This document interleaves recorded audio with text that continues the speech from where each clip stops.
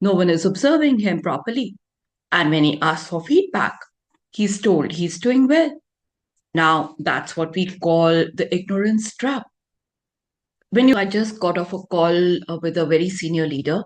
He's an associate director and a very hardworking person indeed. He's been a little frustrated for some time, and the reason is he's been trying to get promoted to the next level role for over 3 years.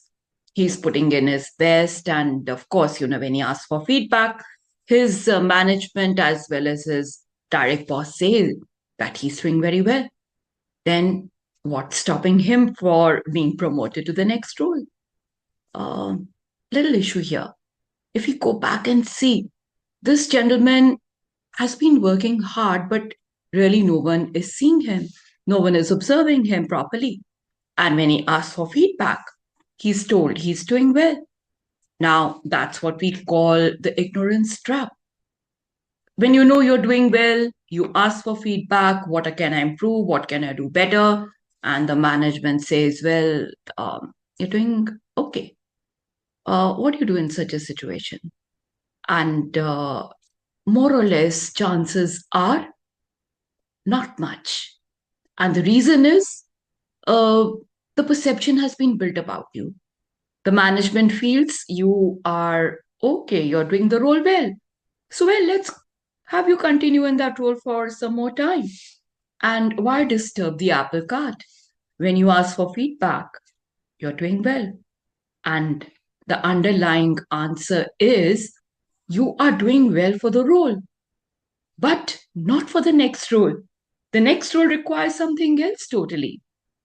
It requires you to go from a strategic leader to a enterprise oriented leader. There was a time you were a functional leader, then you became a strategic leader, but then people remain strategic leaders for a long, long time. The shift happens when you start thinking about the long term impact your work is creating for the organization, for your teams, for your company. How people see you, perceive you, notice you has a role to play. But then, it's not about being only seen and heard. What is the reason you are being seen and heard? That is the question. So I always suggest work on the way you position yourself, work on the narration, work on increasing your knowledge and observing top level leaders, how they perform, how they work, what kind of output is it that they are producing, what kind of results are they looking at, and how does the world perceive them? Are they perceived as functional and strategic leaders, or they are seen as enterprise oriented, board level global leaders?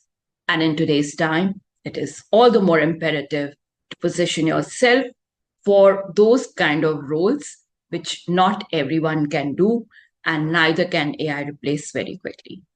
Hope that makes sense.